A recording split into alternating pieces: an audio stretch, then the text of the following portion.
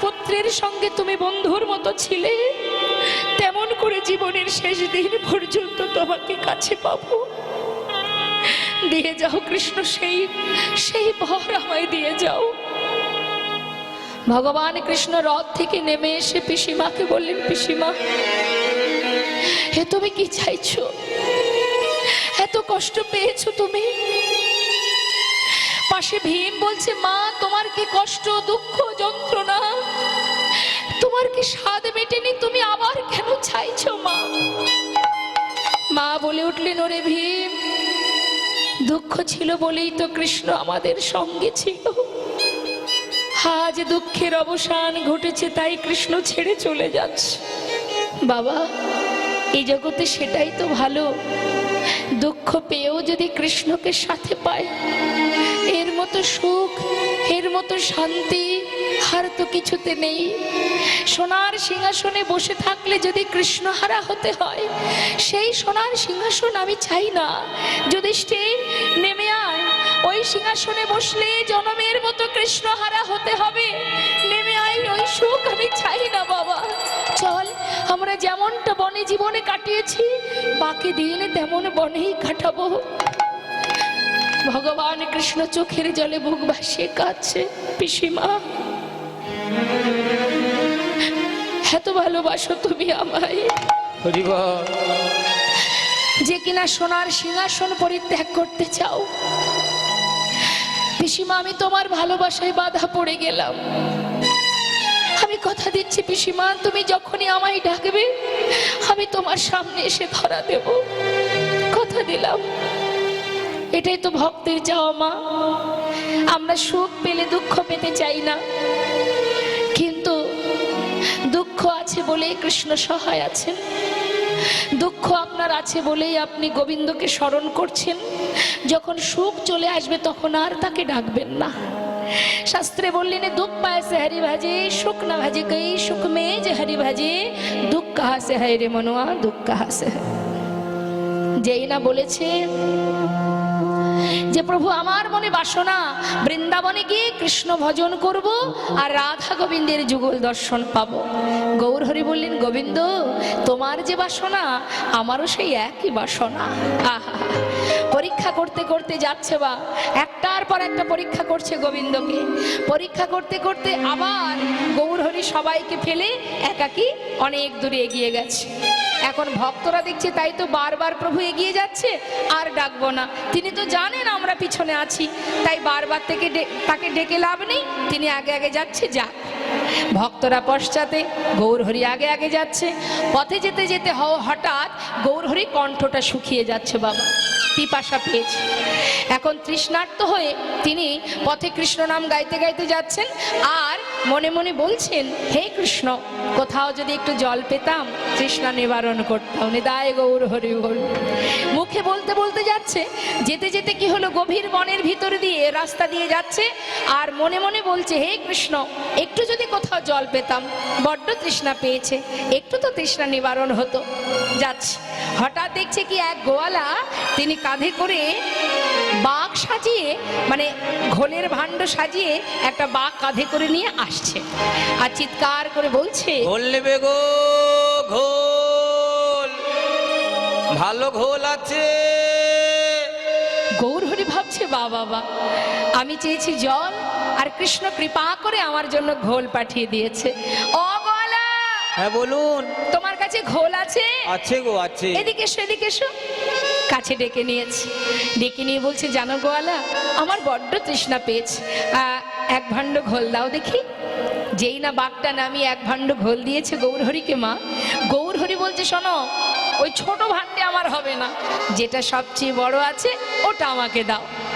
বেশ, মনে মনে গোয়ালা ভাবছে, ঘুম থেকে উঠে কার মুখটা যে আজ দেখেছিলাম, হ্যাঁ, এই ঠাকুর যদি আমার সবচেয়ে বড় ভাণ্ডের ঘোলটা সেবা করে, তাহলে তাড়াতাড়ি বিক্রি করে ঘরে চলে যেতে পারবো।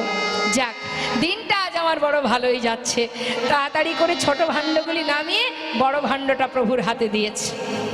প্রভু কি করলেন মা, গৌর সুন্দর, তিনি সেই এক ভাণ্ড ঘোল পুরোটা সেবা করলেন। সেবা করে খালি ভাণ্ডটা ভক্তের হাতে দিয়েছে, মানে গোয়ালার হাতে। গোয়ালা চিন্তা করছে ঠাকুর দামটা বের করুক, ততক্ষণে আমি ভাণ্ডগুলি গুছিয়ে নিই। এবার মনের আনন্দে সে মাথা নিচু করে একে একে ভাণ্ড গোছাচ্ছেন। আর গৌরহরি তিনি কিন্তু মা সেই ঘোল সেবা করে এক পা দুপা করে চলে যাচ্ছে। আর এদিকে ভাণ্ড গোছানো হয়ে গেছে। ভাণ্ড গুছিয়ে হঠাৎ মুখ তুলে দেখছে কি ঠাকুর চলে যাচ্ছে। চিৎকার করে ডাকছে, ও ঠাকুর, ও ঠাকুর, ও ঠাকুর, ঠাকুর। ওই যে চলে যাচ্ছে, ডাক দিন, ডাক দিন, ও ঠাকুর। গৌরহরি পিছন ফিরে বলছে, আমাকে ডাকছো? আরে ডাকছো মানে? ঘোল খেয়েছো, ঘোলের দাম দেবে না, চলে যাচ্ছো? ঘোলের দাম? ও গোয়ালা, হ্যাঁ। আমার কাছে তো কোনো কড়ি নেই। এই করি নেই বললে চলবে না, তুমি ঘোল খেয়েছো, ঘোলের দাম দিয়ে যাও। আমি কড়ি কোথায় পাই বলো? আমি তো সন্ন্যাসী, দেখতে পাচ্ছ না আমার কাছে তো কোনো কড়ি নেই। আমি কড়ি কোথায় পাবো? কি বললে তোমার কাছে কড়ি নেই? তাহলে তুমি ঘোল খেলে কেন? তাও কিনা বড় ভাণ্ডের ঘোল। আগে বলনি কেন? তাহলে আমি তোমায় ঘোল দিতাম না। এত বড় ভাণ্ডের ঘোল খেয়ে এখন কিনা বলে দাম নাই। হায় হায় পোড়া কপাল, ঘুম থেকে উঠে কার মুখ যে দেখেছিলাম, আগে জানলে আজকে বাড়ি থেকে বেরোতাম না। প্রভু দেখছে, তাই তো কাঁদছে ভক্ত। এসে বলছে, গোয়ালা কেঁদো না, শান্ত হও, ঘোলের দাম চাই, তাই তো? দেখো আমি তো সন্ন্যাসী, শোনো কেঁদো না, হ্যাঁ পিছনে আমার অনেক ভক্ত আসছে, তাদের কাছে তুমি বলবে, তারা তোমাকে ঘোলের দাম দিয়ে যাবে। তারা দিয়ে দেবে তো? হ্যাঁ হ্যাঁ দিয়ে দেবে, তুমি এখানেই বসে থেকো, কোথাও যেও না। হ্যাঁ বেশ। এদিকে প্রভু তো চলে গেলেন বাবা, আর গোয়ালা কিন্তু বসে আছে ঘোলের দাম নেবে বলে। আর পশ্চাতে কারা আসছে? ভক্তবৃন্দ, তারা কিন্তু প্রভুকে অনুসরণ করে আসছে গাইতে গাইতে, মন লাগুরে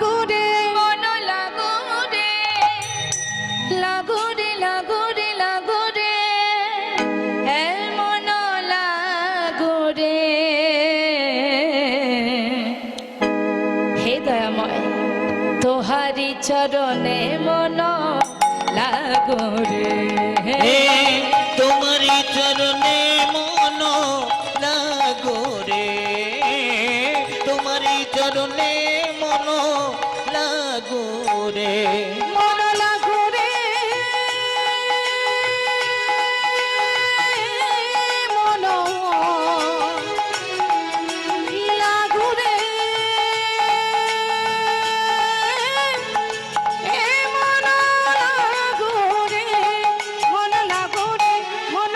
মন লাগো রে,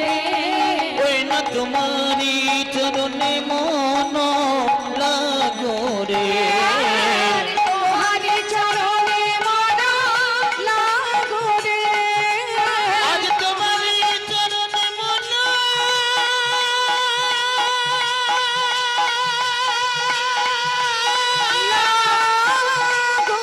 রে। বন্ধ করো।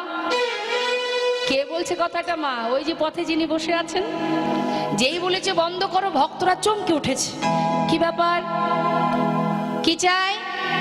পথের ধারে বসে আছো যে, হ্যাঁ আমাদের যাত্রাকালে বাধা দিচ্ছ, আবার আমাদের হরিনামে বিঘ্ন ঘটাচ্ছ, কি চাই তোমার?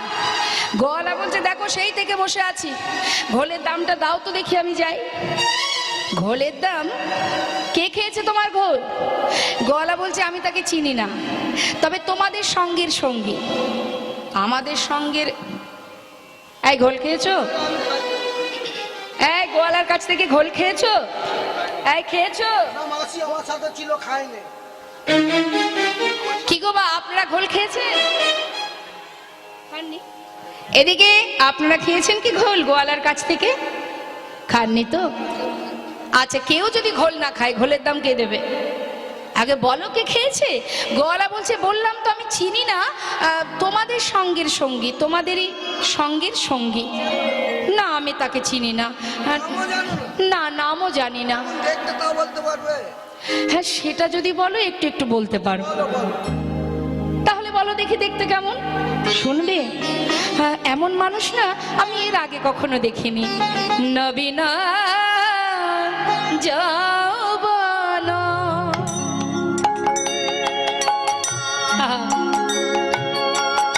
কি অপরূপ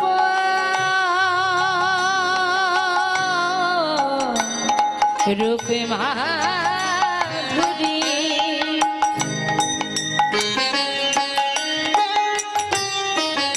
এমন রূপের মানুষ আমি আগে কভু দেখি না। যাই রে রূপে বলি হারি,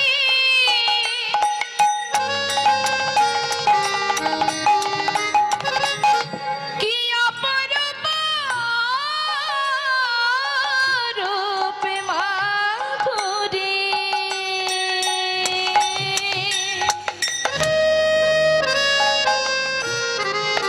সে যে ভুবন ভোলানো, ভুবন ভোলানো রূপ।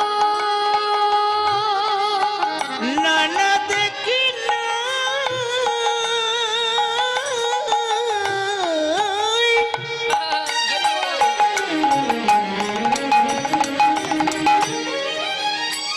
এমন রূপের মানুষ,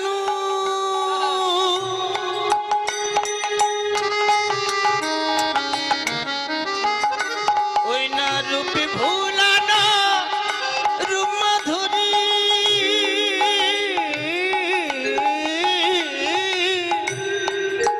নবীনা যৌবন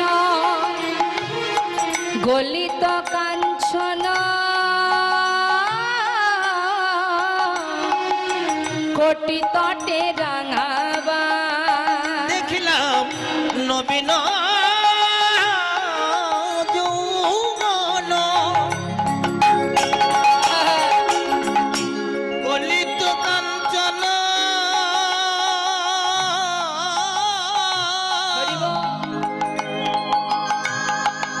আবার কোটি তটে রাঙাবাই রাঙাবা। আবার কৃষ্ণ বলিয়া দুবাহু তুলিয়া, কৃষ্ণ বলিয়া নিচে যায়।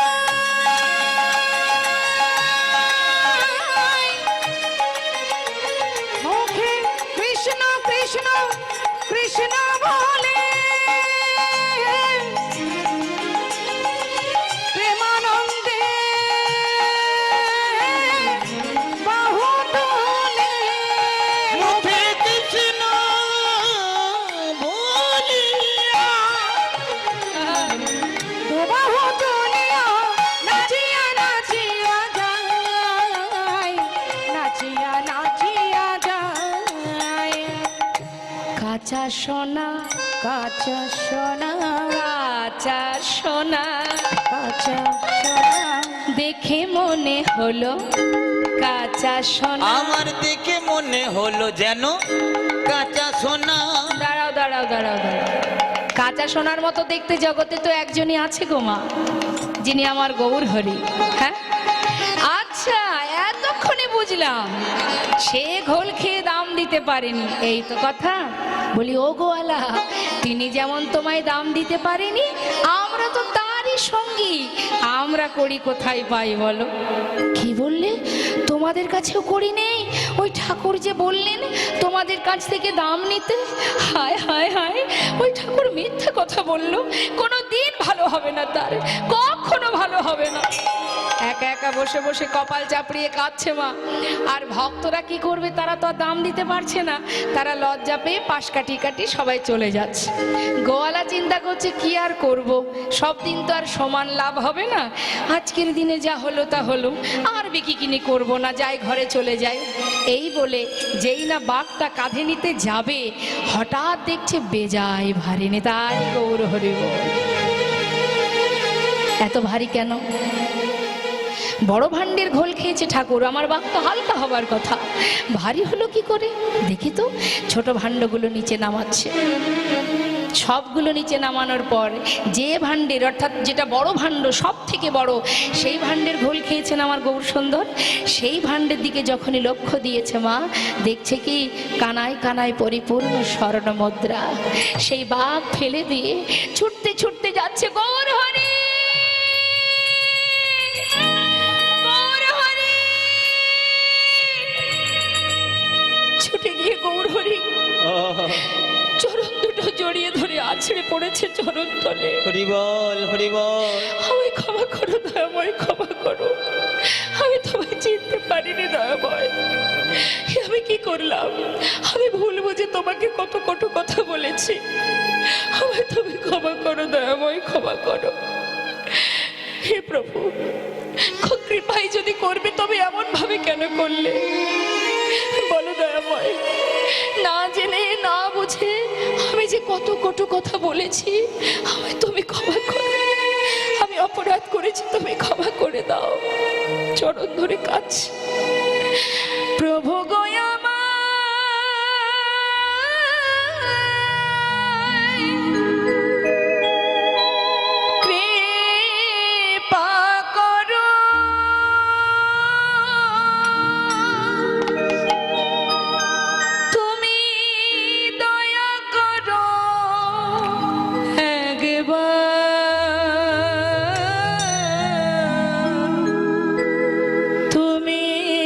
কৃপা করো,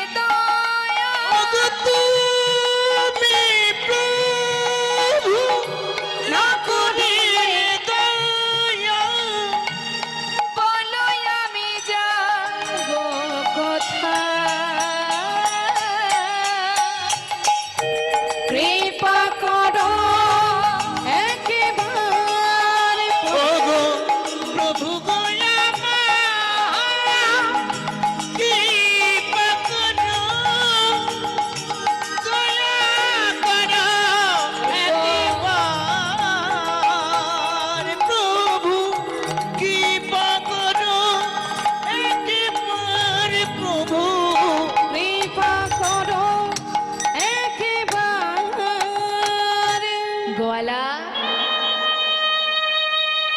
অর্থের পিছনে ছুটতে ছুটতে জীবনের মূল্যবান সময় তো সবই শেষ হতে চলেছে, আর তো বেশি সময় নেই। আর কতদিন থাকবে পৃথিবীতে? যেটুকু সময় আছে যাও ঘরে গিয়ে কৃষ্ণ ভজন করো, কৃষ্ণ নাম করো। গোয়ালাকে আশীর্বাদ করে তাকে বিদায় দিল মা। এ কথা সত্য, আমরাও সংসারের পিছনে ছুটতে ছুটতে আমাদের দেখতে দেখতে গোনা সময় ফুরিয়ে যায়। হরি বল। কখন যে পশ্চিম দিকে আয়ুরবি ঢলে পড়বে আমরা তো কেউ জানি না। তবে হবে কবে কৃষ্ণ ভজন? কবে ডাকবো তাকে, জানবো কবে, চিনবো কবে, ভালোবাসবো কবে? সময় তো শেষ হতে চলেছে, এখনো তো তাকে চিনতে জানতে পারলাম না। আমি নিজেকে আমি জানি না। রাম ভক্ত তুলসীদাস কলম দিচ্ছেন, তুম কাহা সে আয়ে হো আর যাওগি কাহা। কখনো আমরা ভেবেছি, কখনো ভেবেছি যে আমি যখন এসেছিলাম কোথা থেকে এসেছি, আবার যখন চলে যাব কোথায় যাব? ইতনা দিল বিচারলো বাস হো গায়া ভজন। চিন্তা করো, ভাবো কি তোমার পরিচয়? পরিচয়টা কি তোমার? কোথা থেকে এসেছো, তুমি যাবে কোথায়? আমরা আমাদের পরিচয় ভুলে গেছি। আচ্ছা, আমার এই মাকে একটু ডেকে দিন তো, একটা কথা জিজ্ঞাসা করব। হ্যাঁ, বলছি মা, আপনার বাড়িটা কোথায়? আপনার ঠিকানা মানে বাড়িটা কোথায়? একটু চাদরটা নামিয়ে বলুন, জোরে বলুন, জোরে। কি বলছে? দুর্গাপুর। আচ্ছা, আপনার বাড়ি দুর্গাপুর, মানে আপনার ঠিকানাটা কোথায়? দুর্গাপুরে। হ্যাঁ, আপনি ওখানে থাকেন তো?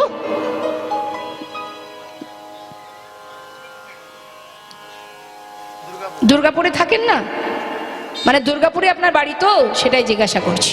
বেশ, তাহলে আপনার ঠিকানা দুর্গাপুরে, এখন আপনি দুর্গাপুরে আছেন। এর আগে কোথায় ছিলেন? এটা শুধুই মাকে জিজ্ঞাসা করছি না, এটা আমরা সবাইকে, মানে সবাই আমরা প্রত্যেকে, আমিও আপনিও সবাই সবাইকে জিজ্ঞাসা করব। বলুন দেখি, তাহলে এখন দুর্গাপুরে আছেন, এর আগে কোথায় ছিলেন আপনি? জানেন না? জানেন না? এখানেই ছিলেন, এই দুর্গাপুরেই ছিলেন? আচ্ছা, এর আগের জন্মেও কি দুর্গাপুরে ছিলেন? যখন মারা যাবেন তখন কি দুর্গাপুরেই থাকবেন? কি গো মা, থাকবো আমরা দুর্গাপুরে? থাকবো না? তাহলে আগেও এখানে ছিলাম না, পরেও এখানে থাকবো না, তাহলে কয়দিনের জন্য দুর্গাপুরে আছি? তাহলে এটা আমার ঠিকানা হয় কি করে? হরি বল, হরি বল। এটা শুধুমাত্র থাকবার একটা বাসস্থান, একটা জায়গা, এটা আমার ঠিকানা নয়। আসল ঠিকানা এটা নয়। যেখান থেকে আসা সেখানেই ফিরে যাওয়া, সেটাই আমার আসল ঠিকানা। দুদিনের জন্য ভগবান পৃথিবীতে পাঠিয়েছেন চাকরি করার জন্য। কি চাকরি? দাসত্ব বৃত্তি করার জন্য। আমরা যে গোবিন্দের দাস, আমাদের কাজ হলো তার চরণে দাসত্ব করা। যারা বাড়ির দাস দাসী হয়, মানে কাজের লোককে দাস দাসী বলা হয়, তারা কি করে? মালিকের কথা মতো চলে তো, মালিকের যা হুকুম সেটাই সেই কর্ম করে। তাহলে আমরা যদি গোবিন্দের দাস হব, তাহলে আমাদের কর্ম কি হওয়া উচিত? তার দাসত্ব করা। আমরা কি বাবা তার দাসত্ব করি? আমরা পাগলের ন্যায় মোহ ঘুমে মায়ার বালিশ মাথায় দিয়ে মায়ার দাসত্ব করে যাচ্ছি। নিতাই গৌর হরি বল, হরি বল। কিন্তু এ তো দুদিনের জন্য রং বিরঙের মঞ্চ। হ্যাঁ, ঠিক কেমন জানেন তো বাবা? আগেকার সময় যে সিনেমা হলগুলো ছিল, সিনেমা হলে যখন সিনেমা দেখতে যেত মানুষ, প্রথমত ঢোকার মাত্রই যে পর্দাতে আমরা সিনেমাটা দেখি তার রংটা কি থাকে? সাদা। এবার আপনি 3 ঘন্টা বসে রং বিরঙের সিনেমা দেখেন, কত সুন্দর নাটক হয়। হ্যাঁ, এত সুন্দর নাটক, রং বিরঙের নাটকে আমরা মোহিত হয়ে তার মধ্যে সবাই ডুবে যাই। 3 ঘন্টা সিনেমা শেষ হবার পর সেই পর্দার রংটা কি হয়? রঙিন হয় না তো। আবার তো বাবা ঘুরে ফিরে 3 ঘন্টা ধরে রং বিরঙের নাটক দেখলাম, কিন্তু সেই পর্দা রঙিন হলো না, আবার কিন্তু সাদাই হয়ে গেল। আমাদের জীবনটাও তাই মা। রং বেরঙের নাটকের মধ্যে ডুবে আছি আমরা, কিন্তু জীবনের সময় যেদিন আসবে, সময় পার হয়ে গেলে এই ত্রিতাপ জ্বালা থেকে মুক্তি পেয়ে আমাকে আবার পুনরায় নিজের গন্তব্যস্থলে যেখান থেকে আসা সেখানেই ফিরে যেতে হবে। নিতাই গৌর হরিবল হরিবল। পেয়েছি সাধের মানব জনম, পশুকুলে তো জন্ম পাইনি। একটা পশু যদি ঠাকুর ঘরে যায় তাকে আমরা জোর করে ধরে বের করে দিই, তাই তো? এই ঠাকুর ঘরে ওকে ঢুকতে দেওয়া যাবে না। কিন্তু একটা মানুষ যদি ঠাকুর ঘরে যায় তাকে তো কেউ বাধা দেয় না। তাহলে এটাই তো দুর্লভ জনম, কৃষ্ণ ভজনের জনম। কৃষ্ণ ভজনের, কৃষ্ণ বলার জনমটা যখন পেয়েছি, শুধু মায়ার পিছনে ছুটবো, তাহলে মানব জনম পাওয়াই তো বৃথা হবে। এই তো সময়, এই তো সুযোগ, আজ আছে কাল থাকবো না। তাই যদি সবাই মিলে একবার কৃষ্ণ নাম হরিনামকে নিজের সার করতে পারি, কখন চলে যাব কেউ জানে না। সময় চলে গেলে আর পাওয়া যায় না। লালন ফকির বলেছিলেন, সময় গেলে সাধন হবে না। হ্যাঁ, তাই আজ দেখুন গৌর হরি বলছে, ভক্ত আশীর্বাদ দিলাম তোমায়, যাও ঘরে ফিরে যাও, কৃষ্ণ ভজন করো। তাই মাগো, আমরাও যদি কৃষ্ণ ভজনে নিজেদেরকে অর্পণ করতে পারি, মনুষ্যকুলে জন্ম পাওয়া আমাদের ধন্য হবে, যদি তাকে ভালোবাসতে পারি। হরিবল হরিবল। একবার দুহাত তুলে সবাই আমরা বলবো, দেখে হাত তুলুন, প্রত্যেকে তুলুন।